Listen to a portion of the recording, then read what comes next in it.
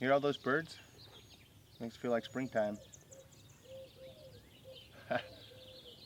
Hey guys, welcome to Mad Scientist Barbecue. I'm Jeremy Yoder, and today I am so excited because I have here a dry-aged brisket. And this is quite a bit different than the dry-aged brisket I attempted last time, and we'll go through those details in a minute. But stick around for this video. We should have some really good results.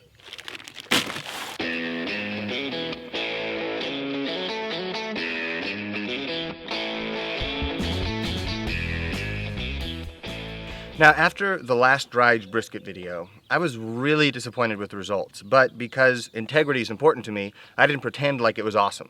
I could have said, this is the most amazing brisket of all time, but it simply wasn't. It just wasn't great. It's not that I hate dry-aged meat. We did dry-aged steaks maybe a week or two after that, and I loved them. They were great.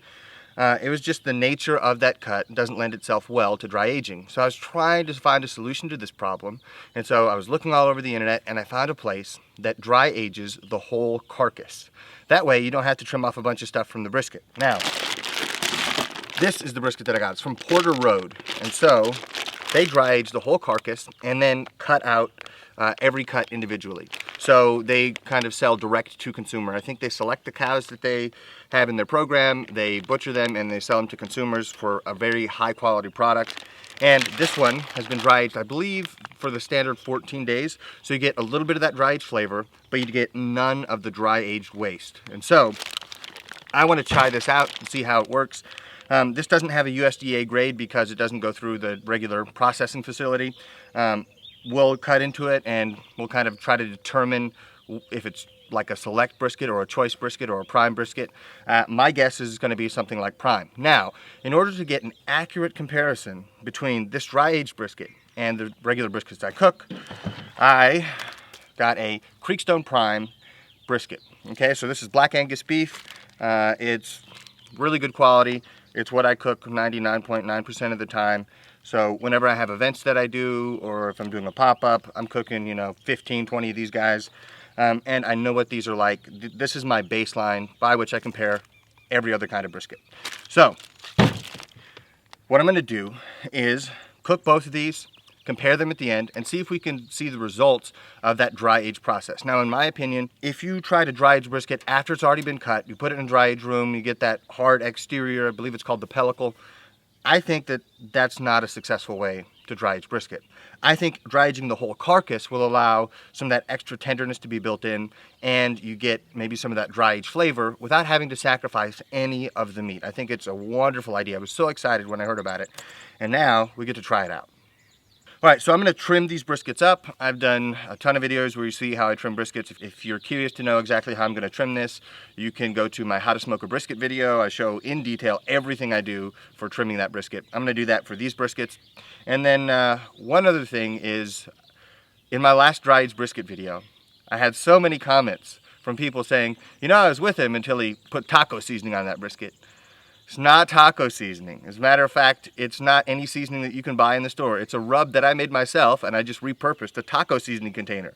Okay, I'm not putting taco seasoning on my briskets. So in order to alleviate those fears, I brought a bucket of the rub that I made. So if we have any clips of me seasoning, nobody's gonna say, this idiot was putting taco seasoning on his brisket. What a moron. Okay, so I'm gonna get these trimmed and seasoned and ready to put on the smoker.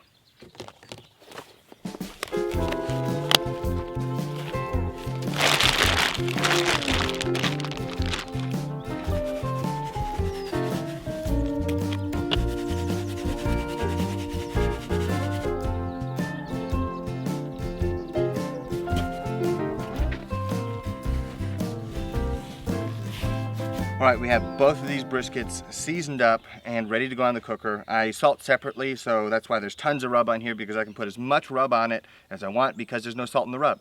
Now, another important thing was we wanted to see how well marbled this dry aged brisket was. Since it doesn't come with a USDA grade of select, choice, or prime, let's take a look. So what we have is on the bottom, we have the USDA prime Black Angus from Creekstone Farms. And so if you look at that marbling, it's pretty good. Right? If you look at the marbling from the dry aged, it's also pretty good.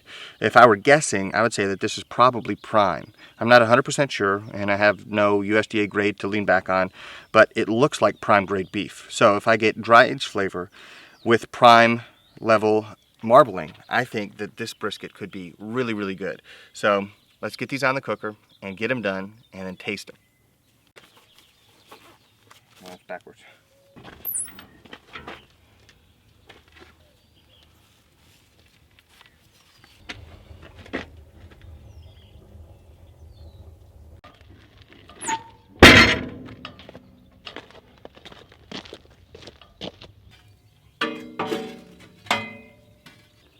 When I do private events and catering and pop-ups, there are people who come up to me almost every single time and they ask me how they can make their own barbecue better. They say, how do you do it? What's the secret?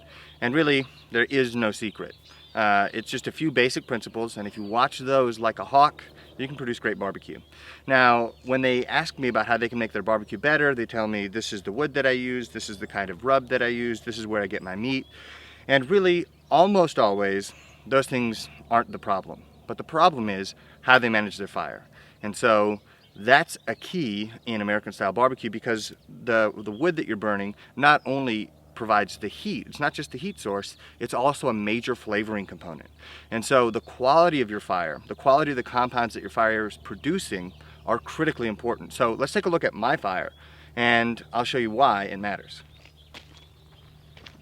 Now if I open this firebox door, you guys can see inside, there is a lot of flame. And there's nothing that goes in there except for wood.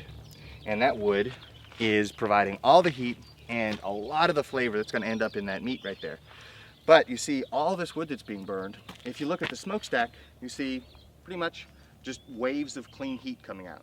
So that is what I mean when I say a clean fire. So if you've ever heard me talk about a clean fire, that's what I'm talking about, because the temperature at which wood combusts affects the compounds that it produces. So burning a really hot, efficient fire with lots of oxygen produces great flavor. If you're choking off your fire, if you're using the vents on the firebox to try to control the temperature and bring it down, you're gonna have bad barbecue, because it's gonna produce a bitter, acrid flavor, over smoked. It's gonna be almost inedible. And so managing your fire is key. If you want more information on exactly how to manage a fire in a standard kind of offset backyard size smoker, check out my How to Manage Your Smoker Fire video, and I go into depth about exactly how I do things there. I filmed that video a couple years ago, and I've actually honed and kind of tweaked that technique. So if you want me to do a revisited video, so a new fire management video, just let me know in the comments down below. I'll be checking for that, and if there are a lot of people who'd like to see that, how I do things a little bit differently now just to try to burn the perfect fire, yeah, I'll look for that in the comments, and if I get enough response, then I'll absolutely do that for you guys. Okay, so it's been about 6 hours, so let's take a peek at our briskets here and see what they look like. All right, here's one of them. This is what we're looking like right now. Looks pretty good. This is just a regular creek stone. Nothing's burning up. It's looking good. Getting about time to wrap. Let's take a look at the dry aged. So we had a little bit of a bald spot here where there was no fat, and as you can see, this fat that's rendering is kind of covering that, so hopefully it doesn't dry out, so we should be safe on that. Again, nothing burning here. Looks pretty good. Okay, let me look at the underside.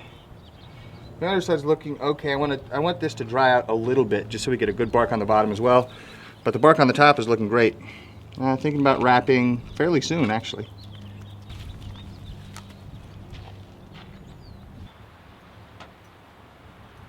Now, as you guys can see, we got a couple other things here in the smoker. Got some pork ribs that are cooking up. Gonna wrap these guys soon.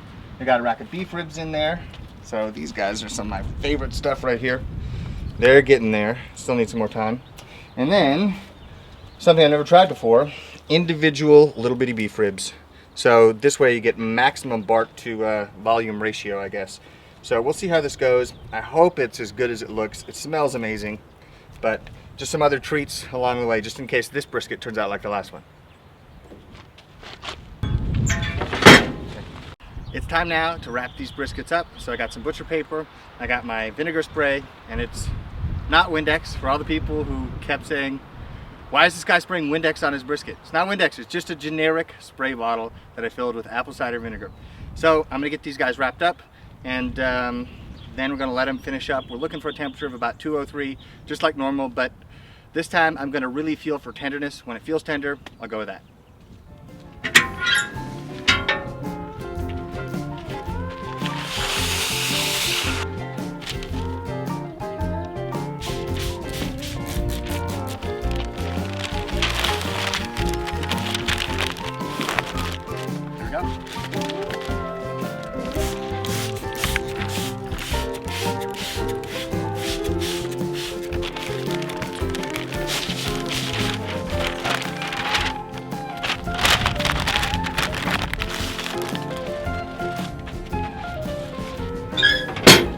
Okay, we're done. Dried brisket, take 2.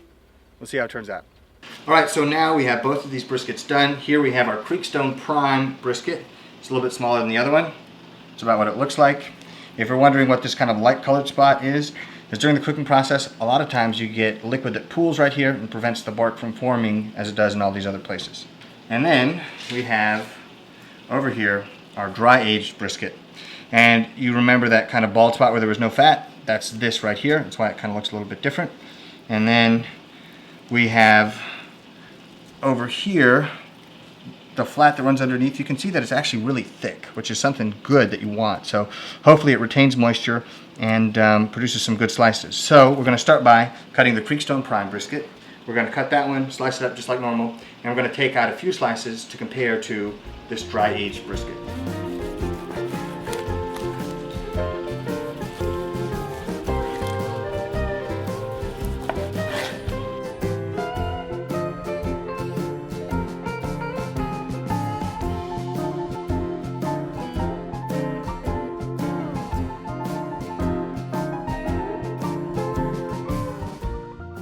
All right, got that one all sliced up. Now we got to slice the dry aged brisket. I'm going to select a few slices from each and compare them. Now, one thing I do notice is a different smell to this brisket. So just like the last dry aged brisket, there's kind of a different kind of odor coming off of it. It doesn't smell bad, it's not disconcerting in any way, but it's definitely different than the regular brisket. So now the last thing is, got to taste it and find out.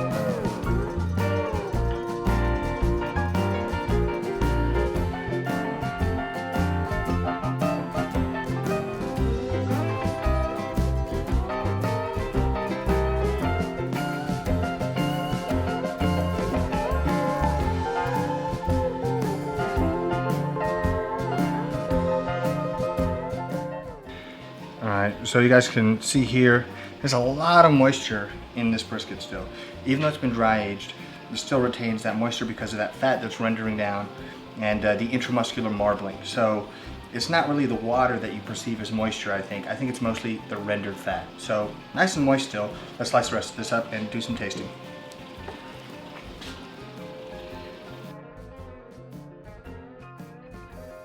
Now to help me taste these briskets, I got some friends here. You guys know Jonathan. He's been in quite a few of the videos. This is actually his house. Thanks, Jonathan.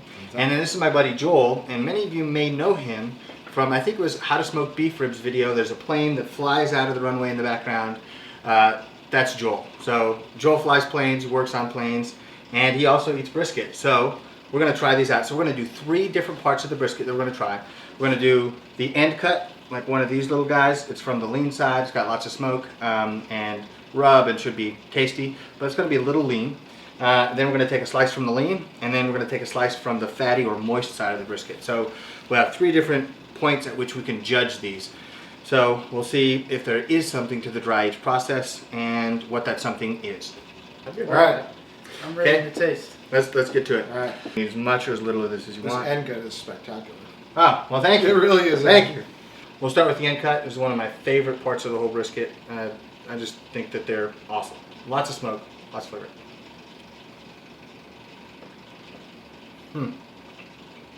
It's good. Tastes like regular brisket. I'd rather have that than a slice usually. Let's The compare the dry end aged? cut there to the dry aged end cut. Does smell different.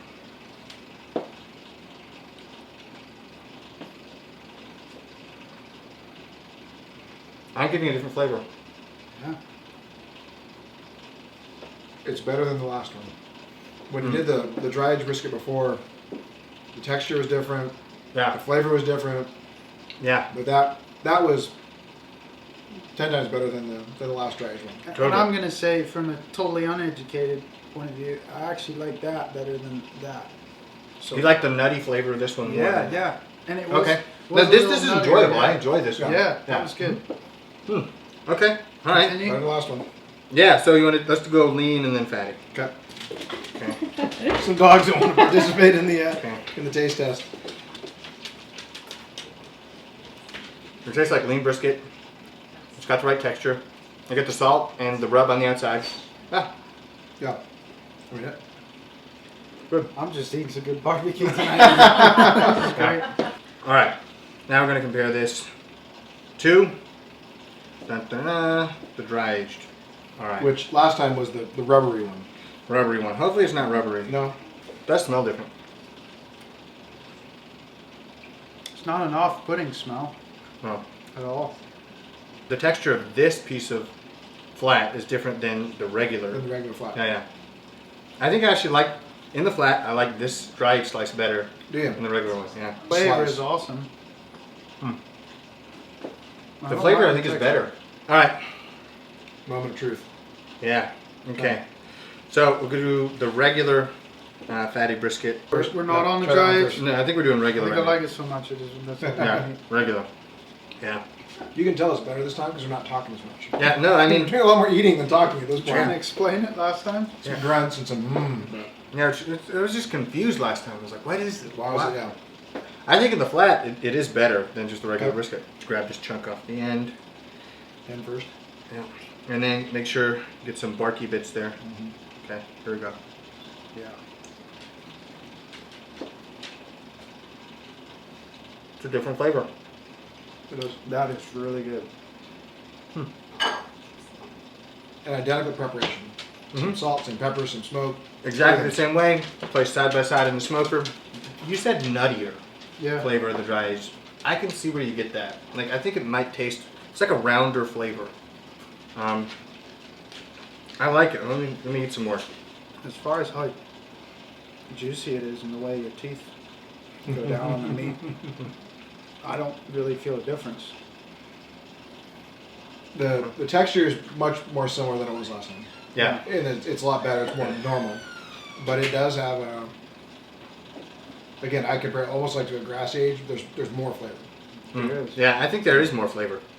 Like, for me, so the way you do this, since they age the entire carcass, you don't have a lot of waste. Right. So that's one cost that's going to be different. And since they do all their beef dry aged anyway, you're not paying a premium to have everything Right. dry aged.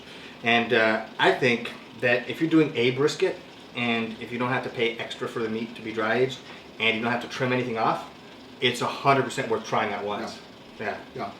This is definitely a superior way to try a dry aged brisket. Yeah. Last time it was too small. You trim off, you get a lot of waste. There goes money down the toilet, and you have to pay a premium to have it aged anyway. This just seems to be a much better use of dry aging for a brisket. You know, because you can dry age steaks, it's great, but if you just take the brisket and you put it in the dry age room, there's so much waste, and there's like a kind of an off flavor to it.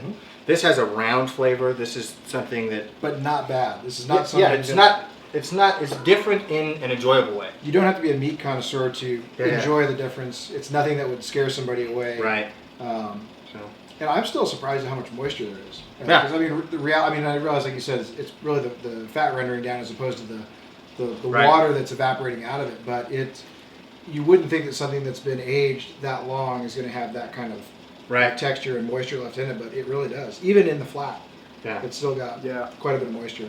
Yeah. I was pleasantly surprised at how much I liked the dry aged brisket. Now, if you're going to dry age a brisket, you're going to want to do it like this, where they dry age the entire carcass. If you take a brisket and you dry out the exterior, you're going to lose so much of the meat while you're trimming it that it's totally not worth it. And the flavor was different, but not in a good way. In this case, the dry aged flavor was different, but in a very good way. So instead of tasting off or kind of strange, what you get is a rounder, kind of a nuttier flavor in the slices of this brisket. Now, I think that I would usually want just a regular brisket, but getting a brisket like this is totally worth trying. If you're going to do one brisket, absolutely spend the money to try this dry aged brisket. You get a unique flavor that you're not going to be able to recreate by any other method. Now, I searched for a long time after my last dry aged brisket video to find a way to dry age a brisket and have it be enjoyable to eat. And I checked website after website after website, and I found Porter Road. And I'll include a link to this in the description down below. But what they do is they dry age the entire carcass, and because of that, you have no waste. You don't have to cut off a bunch of stuff on this brisket before you can actually season it and put it in the smoker, but you still get dry aged flavor. It's the best of both worlds, and you don't have to pay a premium for stuff that you're going to cut off and throw in the garbage. So unlike last time, I would encourage all you guys out there, get one of these dry aged briskets, try it out for yourself. Don't try to dry age your brisket on your own. Don't get a brisket and send it somewhere to be dry aged. Get it from Porter Road. Porter Road didn't sponsor this video, but if you do end up buying a dry aged brisket from Porter Road, click on the affiliate link in the description. It just helps me be able to produce more videos like this. So, if you've been curious about dry aging a brisket and trying to smoke it at home, this way is totally worth your time, and I think you'll be pleasantly surprised with the results. Because in the end, you're going to get moist, juicy, delicious brisket. It's going to provide a unique flavor you're not going to get by any other method. Thank you for watching Mad Scientist Barbecue. If you guys enjoyed this video, hit the like button down below. You can also subscribe to the channel if you enjoy fun and informative barbecue content. And you can also follow me on social media at Mad Scientist Barbecue. See you next time. Now, if you want to follow Joel on his Instagram and see all kinds of cool plane stuff, and he's working on planes and flying cool planes, you can follow him at MWorks Aviation. We'll put it on the screen right here. How to trim or how to cook a. Try it again. All right, we're gonna trim these guys up, get them seasoned, and get them. Try it again. Jeez. I'm ready. I got it this time. I got it. All right, here we go. I unfortunately did it, and then. Okay. Hold on. Hold on a minute. There's lots of juice spilling out on the cutting board. Okay. You getting this? Okay. All right. Yeah. Joel, can you still even do a Northern Ireland accent? Yeah. Yeah. You can put it on. Yeah. Like Andrew Curry. Yeah. Yeah. Okay. I'm not gonna do it for you though. Okay. Andrew Curry. Joel, you've done a great job. Okay. All right. Okay. Ready? It's grand. Yeah. Good.